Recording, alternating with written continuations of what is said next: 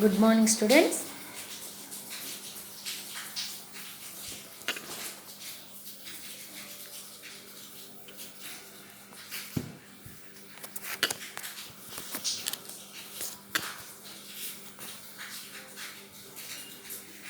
Good morning, students.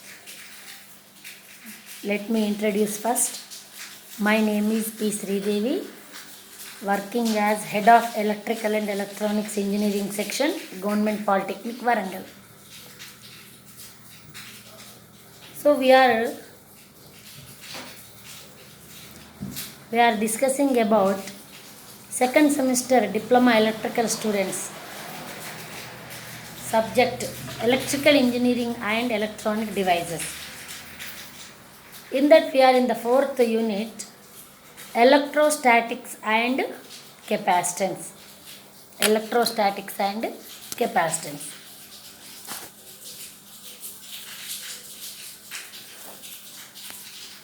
So in the last lessons we discussed about the topics related to the magnetic field intensity, what is the energy stored in the magnetic field, what is the concept of self-inductance, and what is the concept of mutual inductance. So that is entirely different when compared with this electrostatics and capacitance. So we are entering into the new field. So what is electrostatic? First of all, what is the electrostatics and capacitance? So electro means electricity. Static means at rest. The electricity which is at rest is known as static electricity. Electricity which is in motion, which is in movement, is known as dynamic electricity. So electricity which is at rest is known as static electricity. So science, the science means the inventions, whatever it may be, new things, any tasks, chemical reactions, whatever you based on some formula or some technique we are doing something, it is nothing but a science. So study of social means earth, jog, all these is known as earth, and astronauts, planets is known as social. Geography. Study of our past years is known as history. Okay. Study of plants is known as botany. Study of animals is known as zoology. In the similar way, the study of electricity, which is at rest, is known as electrostatics. And capacitance. What is capacitance? So actually there is no storage device for electricity. Okay. But batteries we are using, it is storing the electrical energy in the form of chemical energy. We are not storing directly in the form of electrical energy. Okay. In batteries, electrical energy is stored in the form of chemical energy. Whenever it is connected to the external load, then it will be converted into direct current or electrical energy in the form of DC, not alternating current. We already know the electrical energy is two different types: alternating current, direct current. So the battery provides a direct supply. So now capacitor is also a device which stores electrical energy. It stores static electric energy. So as it is shown in the figure, it consists of two conductors separated by a insulating material. Which is also known as dielectric material. So this is the fourth unit. We have to discuss about electrostatics and capacitance. Now in this lesson we will discuss Coulomb's laws of electrostatics, definition of absolute and relative permittivity, and some problems on Coulomb's laws, and definition of a charge, and definition of electrostatic field. Electrostatic field. Now, before going to the lesson, first let me explain. In an entire universe, normally every object is neutral in state. Neutral in state. Okay. So, neither it possesses positive charge nor it possesses negative charge. First of all, I have to explain what is positive charge and what is negative charge. Okay.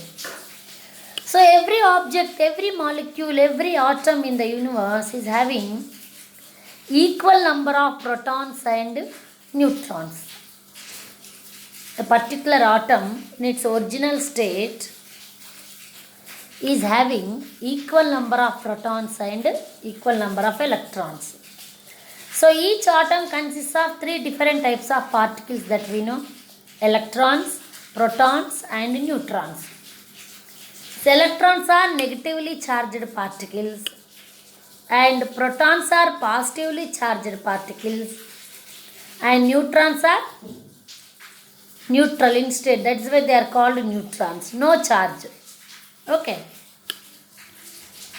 So normally every object is always neutral in state and it won't do any work also. If you keep this pen, will it attract other pens? Is it having any energy to do some work? No. The neutral objects never do any work. Okay. So from any neutral object, if you remove some electrons, then what happens? The number of protons in this object are more than the electrons because we removed some electrons. So then this object gains positive charge because the number of protons are more than the number of electrons. Hence it gains the positive charge. Otherwise, instead of removing the electrons, if I am adding electrons externally to this object, then what happens? Number of electrons are more than the protons. Number of electrons are more than the protons. Then we can say the object is negatively charged object. So suppose if you remove the electrons, it is known as positively charged object. Then it will do some work. What work it will do? It will try to attract a negatively charged object or it will try to repel a positively charged object. It means a charged object always tries to do some work. What work means? It will try to either attract or repel other charged object. So in the entire universe, the total, what are the types of charges? Two different types of charges. Positive charge and negative charge. And an object can be in three different states. Neutral state, it means neither positive charge nor negative charge. Or positively charged object, if you remove some electrons, it acts like a positively charged object. Or if we add some electrons, then it acts like a negatively charged object. So in these three different forms, any object in the entire universe can exist. Okay?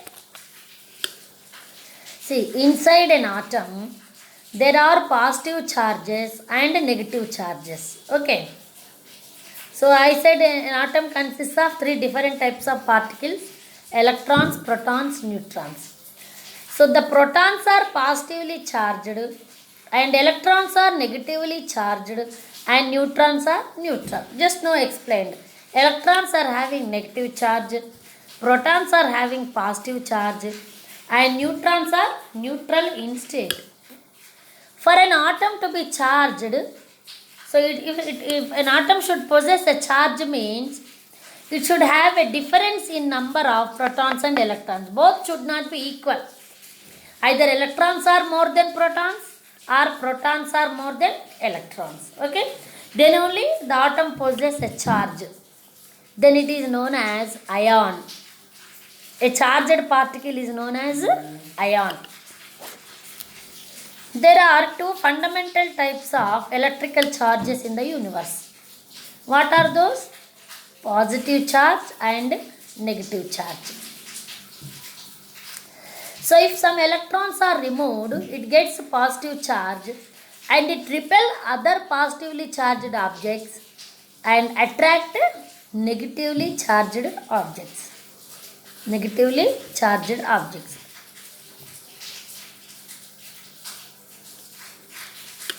So atom, which are the basic unit of matter, means if you take this pen, if you divide the pen into the smallest particle, the basic smallest particle is nothing but atom. Okay. So for example, what is atom? Hydrogen, oxygen, okay, helium, iron, whatever it may be. They are having so many 106 elements in our chemistry elements matrix. Every object in the universe is made with one of those elements, not more than that. Okay. So the basic unit of matter is nothing but an atom, which have a dense nucleus made up of positively charged protons and neutrons. So each atom consists of a nucleus. Around the nucleus we are having orbitals. The nucleus consists of positively charged protons and neutrons. Surrounding the nucleus in the orbitals, the negatively charged electrons will be moving. Negatively charged electrons will be moving. In general, in any atom, number of electrons moving in the orbitals are equal to number of protons in the nucleus. So both charges, positive charge possessed by protons cancels with the negative charge possessed by electrons. Hence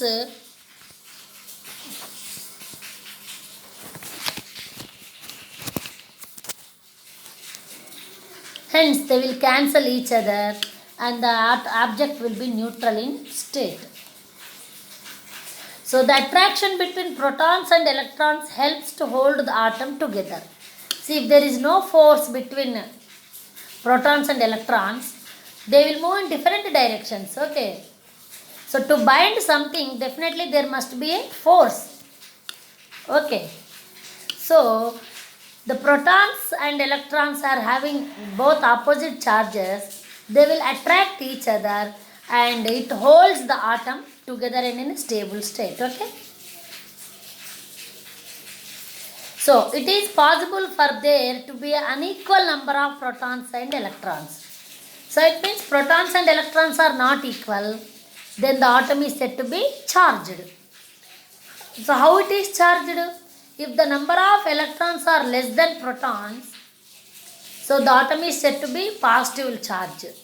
If number of electrons are more than protons, then the atom is said to be negatively charged.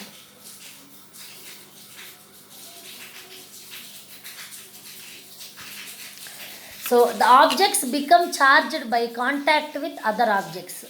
See, if I take this pin and if I rub like this, in that case also one object may get positive charge and other object may get negative charge. In this rubbing, the outermost electrons may jump from one object to other object. So one object may gain positive charge and other object may gain negative charge. See, by doing first get a plastic comb, okay, and then rub your hair with. So we are having hair, with that you rub the plastic comb. What happened? Did your hair stand up and then stick to the balloon? This happens because plastic of the comb or balloon picks up electrons from your hair. When you rub the plastic comb with hair, the plastic picks up electrons from hair. Okay, this means that the plastic becomes negatively charged and your hair becomes positively charged. Because this piece of hair has same positive charge, they all repel each other. So all the hairs are getting positive charge, hence they will repel each other and they will be straight. And your hair is attracted to plastic because it is opposite and negative charge. Opposite and negative charge. So it means the transfer of electrons takes place when you rub one object with other object. Then the one object may gain positive charge and other object may gain negative charge. Now see, this is the positive charge, is indicated by plus symbol. So object containing more protons than electrons are said to be positively charged object. So generally any atom, any object consists of normally equal number of electrons and equal number of protons. So by doing some action, by rubbing with each other, by some chemical actions, if that object contains more protons than electrons, it means some electrons are removed, then the object is said to be positively charged object. Suppose some electrons are added by rubbing. If an object gets some electrons from outside, then it possesses more number of electrons when compared with protons. So then it possesses negative charge. Now based on these charges, a scientist named Coulomb, he discovered two different laws. What means? See, suppose this is having positive charge, green pen, and this black pen is having negative charge. If I bring those two nearer to each other, what happens? They will attract each other. Otherwise, if I brought both black pens, so both are negative, they will repel each other. See, the Coulomb, he discovered the first law that the like charges, if you bring two similar charges, means two positive charges or two negative charges, nearer to each other, then they will repel each other. And if you bring two dissimilar charges, one positive and one negative, nearer to each other, then they will attract each other. So what is the Coulomb's first law of electrostatics? Like charges repel each other, whereas unlike charges attract each other. Like charges repel each other and unlike charges attract each other. So charge we are saying so many times, but what is the charge? What is the charge? So if an atom gets more electrons, negative charge. If atom gets less electrons, positive charge. So this charge means nothing but having excess electron or deficit of electron. And how it is measured? Generally, charge is measured in coulombs and it is denoted by the symbol Q. Charge is denoted by the symbol Q. See, in this diagram is shown Q1, Q2 are both positive in the first diagram. So they are repelling. The forces are acting away from the objects. F1 and F2 are acting away from the objects, hence they repel. In the second diagram, Q1 is positive and Q2 is negative. So the forces are acting towards the objects, hence they attract each other. They attract each other. Now Coulomb's second law. Now just now I said when two charged objects are placed nearer to each other, either attractive force or repulsive force will exist between those two charged objects. Whether it is attractive or repulsive, that depends on types of charges. If both are similar charges, repulsive force. Both are opposite charges, attractive force. But with how much force they are attracting or repelling, that depends on what factors? Suppose I am giving the lesson, you are listening the lesson. With how much concentration you are listening, that depends on what factors? The first one, with how much quality and sound I am explaining the lesson. Second one, what is the your condition? You are perfectly healthy, you are in a mood to listen the lesson, you are not having any problems. Okay, so then you can hear the lesson with the full concentration. And apart from these two, one more thing, media between you and me. If the media is not cooperative, if it is fully raining, it is very hot, too hot, very high temperature, a very chilled coolness, in such cases, can you concentrate your mind on your lesson? No. Okay. So how the concentration also, the how much lesson you are listening, you are following, depends on these factors.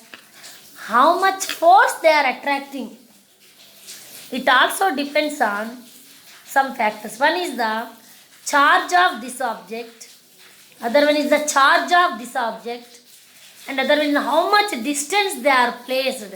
They are very nearer, definitely force is more. If they are little bit far, definitely force is less. Distance between them. And the last one is the media in between the charges. Media in between the charges. So according to Coulomb's second law, the magnitude of force of attraction or repulsion between two charges is, first one, directly proportional to product of their charges. If it is Q1 and if it is Q2, first one is F is proportional to Q1 into Q2. Definitely, I am speaking loudly, you are able to hear, definitely concentration is more. It is having how much charge it is having. If the both charges are more, definitely force is more. If both charges are less, definitely force is less. So first of all, the force of attraction or repulsion depends on product of their charges. That is the first one. Now second one, if distance is more, definitely force is less. If distance is less, definitely force is more. So the second point is the force is inversely proportional to the square of the distance between them. So what is the second law? The magnitude of the electrostatic force of attraction or repulsion between two point charges is directly proportional to the product of the magnitudes of charges and inversely proportional to the square of the distance between them. So F is first equation. See here, Q1 and Q2, we are taking two positive charges, and the repulsive force exists between them because both are having same charge. So the repulsive force between them is F, and the distance between the charges is R. Distance between the charges is R. Now according to Coulomb's second law, see first F is directly proportional to product of the charges. So is directly proportional to Q1 into Q2. And the second one is F is inversely proportional to square of the distance between them. So F is proportional to 1 by R square. I am combining two equations. F is proportional to Q1 Q2 by R square. Q1 Q2 by R square. If I remove proportionality constant, F equal to K into Q1 Q2 by R square. K into Q1 Q2 by R square. Where K is constant, which is given by 1 by 4 pi epsilon. 1 by 4 pi epsilon. Where epsilon is nothing but permittivity of the media. Permittivity of the media. So epsilon is equal to epsilon naught into epsilon r. Where epsilon r is nothing but equal to relative permittivity. Its value is 1 in case of the media is air or vacuum. Okay. So finally, the force of attraction or repulsion between any two charged objects is equal to 1 by 4 pi epsilon. Sorry, it is mistakenly given as epsilon naught. 1 by 4 pi epsilon Q1 Q2 by R square.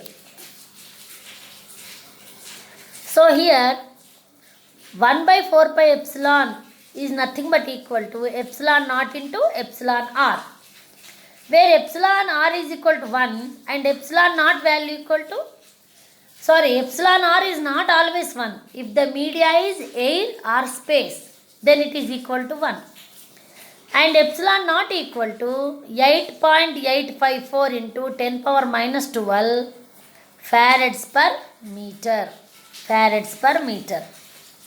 So this will become 9 into 10 power 9. 1 by 4 pi epsilon naught value equal to 9 into 10 power 9.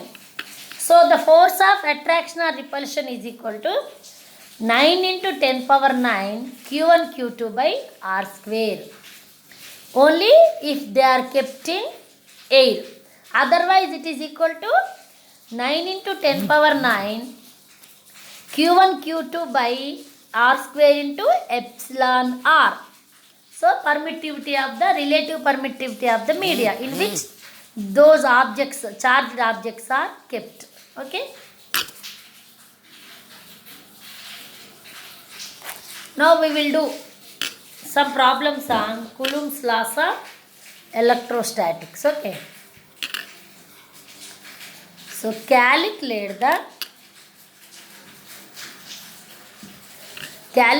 the distance of separation between two electrons in vacuum for the electric force between them is equal to the gravitational force on one of them at the earth surface. And the mass of electron is given as 9.1 into 11 minus 31 kg. And charge of electron is given as 1.6 into 10 power minus 9. So we are having two electrons. So two electrons means both are negative charge. So definitely there exists repulsive force. Okay. So the electrostatic force between the electrons equal to 9 into 10 power 9 Q1 into Q2. But both are electrons means Q into Q square by D square, where D is the distance between the electrons.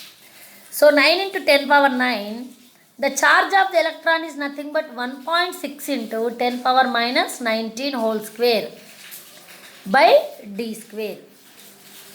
So this force is equal to how much it is given? Gravitational force. So what is gravitational force? W is equal to mg. So J is nothing but 9.81. M is given as 9.1 into 11 to the power of minus 31. So equating these two values, we will get D is equal to 5.08 meters.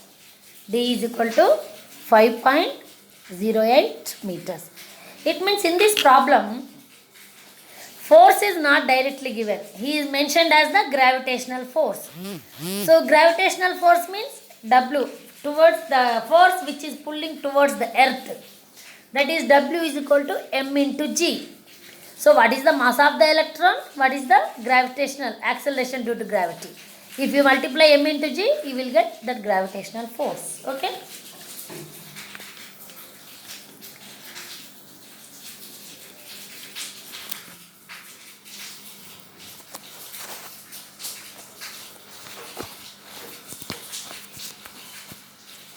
Now, the small identical conducting spheres having charges of 2 into 10 power minus 9 coulombs and 0.5 into 10 power minus 9 coulombs respectively.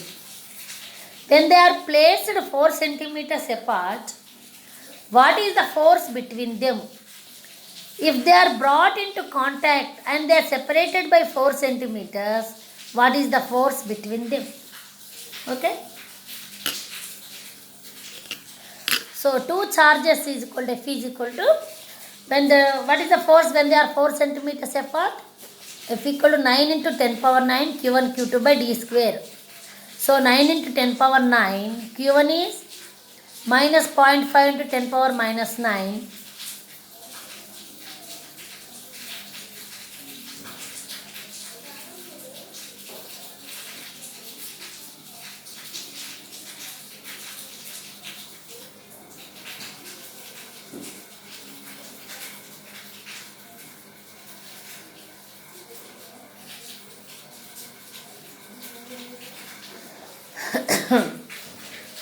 when they are separated by 4 centimeters, 9 into 10 power 9, 0.5.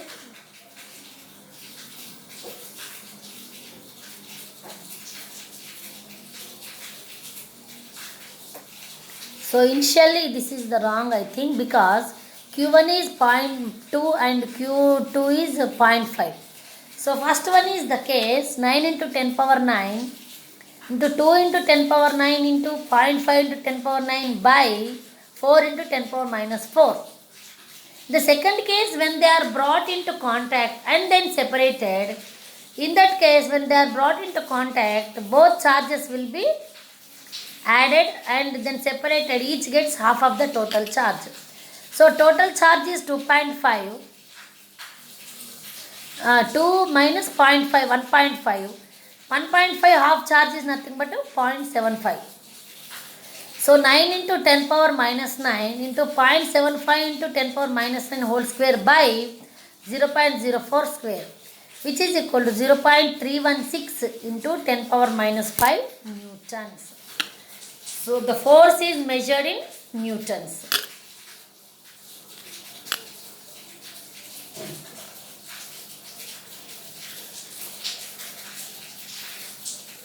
Now permittivity.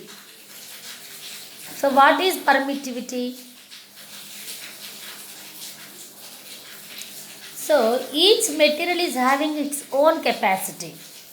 Whenever a object is having a charge, electric lines will emerge from a charge, positive charge, and the end set a negative charge. The ability of a material to store electric energy under the influence of an electric field is called permittivity. So how much electric energy it is able to store?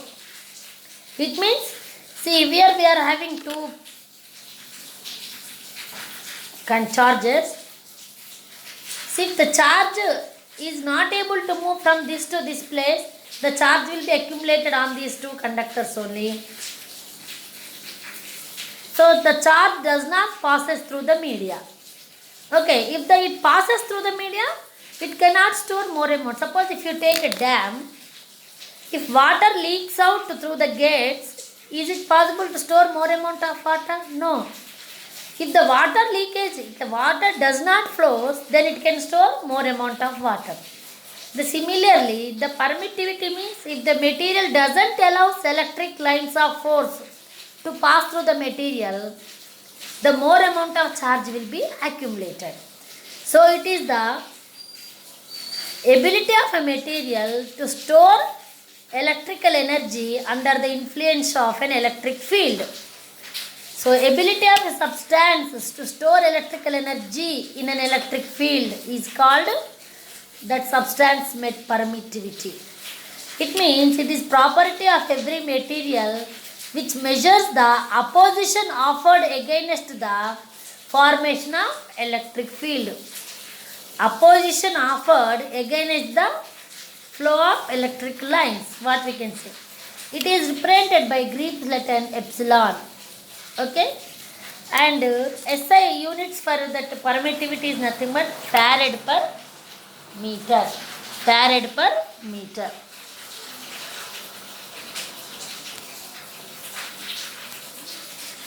Now this permittivity can be expressed of the product of two values. Product of epsilon naught into epsilon r. That is absolute permittivity and relative permittivity. So what is absolute permittivity? Absolute permittivity is defined as the measure of the permittivity in vacuum and is how much resistance is encountered when forming electric field in the vacuum. It means actually permittivity means resistance offered to the flow of electric lines, flow of electric field. Now what is the resistance offered to the flow of electric field in the vacuum? That value is known as absolute permittivity. The resistance offered to the electrostatic lines of force in the vacuum is known as absolute permittivity, and its value is given as 8.854 into 10 power minus 12 farads per meter. Farads per meter. Now the relative permittivity means, so relative means suppose one person is taken as the reference, suppose he got 20 marks. If other person got 40 marks, what we will say? 2 times the text. If somebody got 60 marks, you can say 3 times the text. So here relative permittivity also tells us that how much times the permittivity of medium is greater than the vacuum permittivity. Vacuum permittivity is nothing but 8.854 into 10 power minus 12 farads per meter. When compared with vacuum permittivity, how much times it is greater than that value will give the relative permittivity.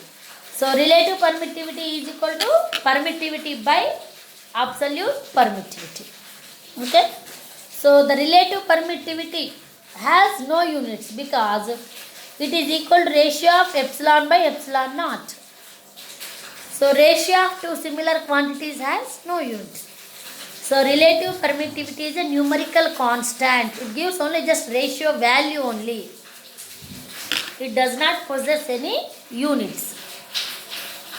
So finally permittivity means resistance offered to the flow of electric lines of force. That is permittivity.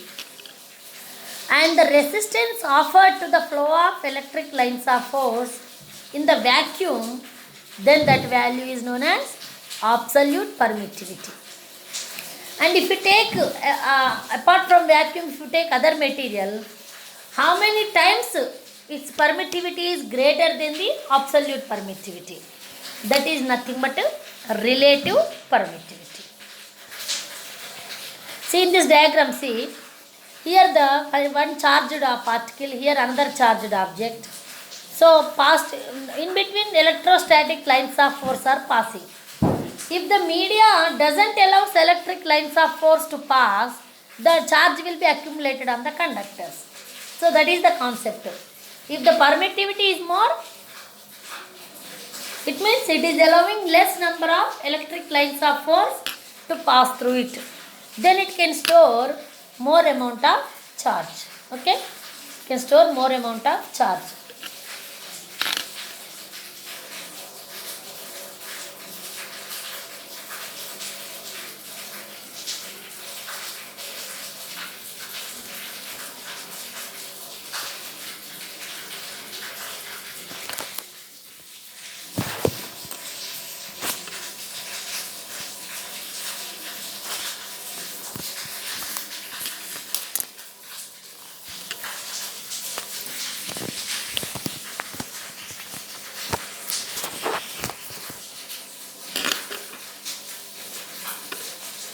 Now electrostatic field.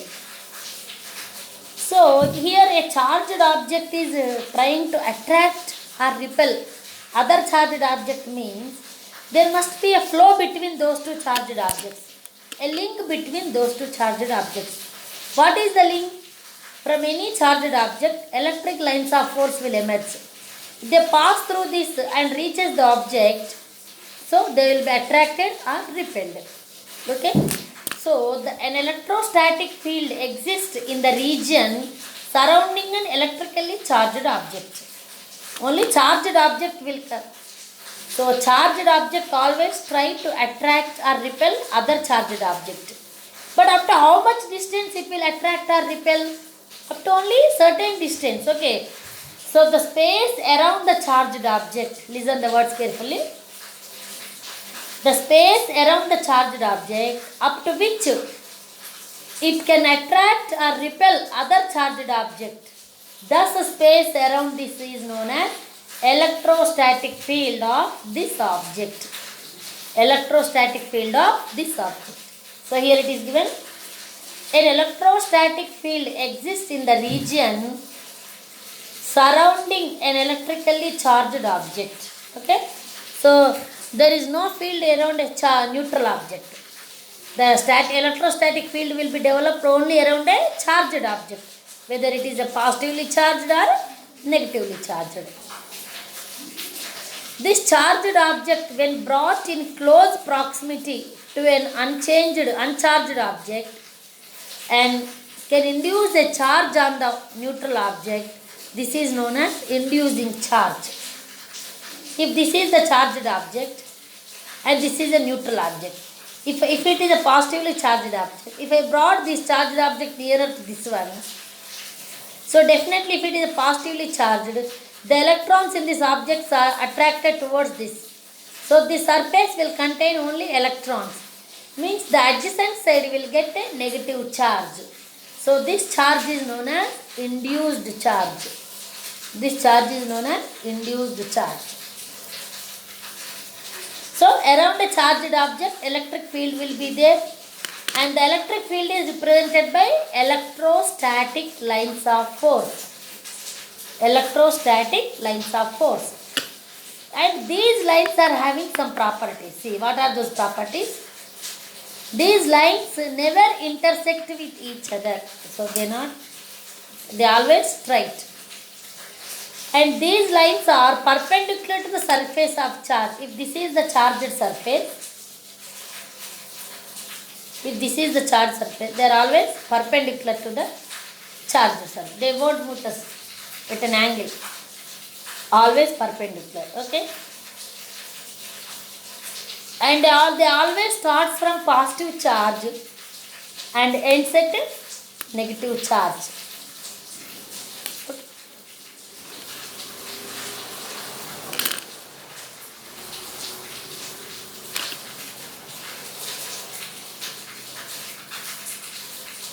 So what is a charge? Finally, what is a charge?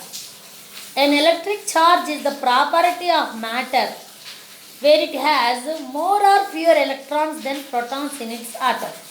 Just now I said an excess of electron and a deficit of electron creates a charge on the atom. It means atom should have either more number of electrons or less number of electrons. See, we can change only electrons number. We cannot touch the protons because protons are in the nucleus.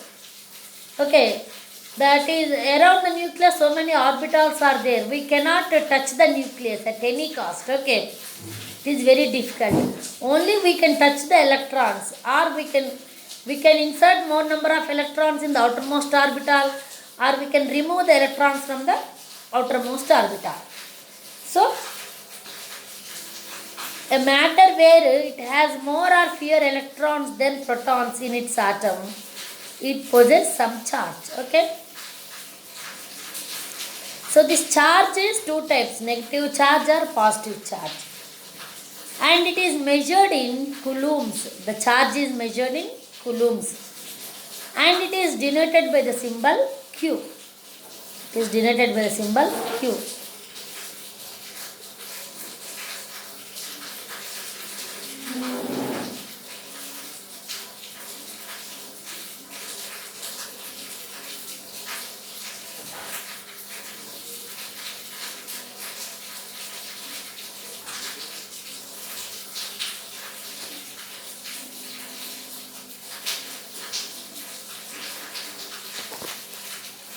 So okay students, so today's topics we covered is what is the nature of an object. So every object is generally neutral in state and it is having equal number of electrons and protons. If you remove some electrons, it gets positive charge, and if you add some electrons, it gets negative charge. And according to Coulomb's laws, if both are positive or both are negative, they will repel each other. If one is positive, other one is negative, then they will attract each other. It means like charges repel, whereas unlike charges attract each other. And according to Coulomb's second law, with how much force they are attracting or repelling, the magnitude of force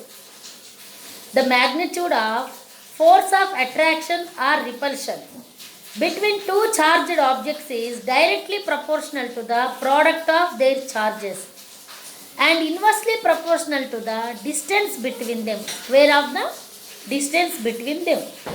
If distance is more, force is less. If distance is less, force is more. And finally, it depends on the permittivity of the media. If it allows more number of lines, then force will be more. If the media allows less number of electric lines, then force will be less. If the permittivity is more, means what? What is permittivity? It is resistance offered to the flow of electric lines of force. If permittivity is more, means it is allowing less number of electrons and force also decreases. If permittivity is less, means the media is allowing more number of electric lines of force and force is more. So the permittivity is again expressed in terms of product of absolute permittivity and relative permittivity. So what is absolute permittivity? Absolute permittivity is nothing but resistance offered to the flow of electric lines of force in vacuum. So that is a standard value that is taken as the reference, hence it is known as absolute permittivity, and its value is 8.854 into 10 power minus 12 farad per meter. And the relative permittivity means when compared to the, if I am taking this object, when compared to the vacuum, how many times its permittivity is more? If it is 2 times, epsilon r of this object is 2 and its permittivity will become 60 into 10 power minus 12 farads per meter. So, the units for relative permittivity is no units because it is the ratio of permittivity to absolute permittivity. So, it has no units, okay. And the space around a charged object, because always charged object tries to attract or repel other charged object. So only it can do this only up to certain limit. Beyond that it cannot attract. So the area around a charged object in which it experiences some force on other charged body, it attracts or repels other charged body, that area is known as electrostatic field. Now okay students, I will stop here and I will continue in the next lesson. Okay, goodbye.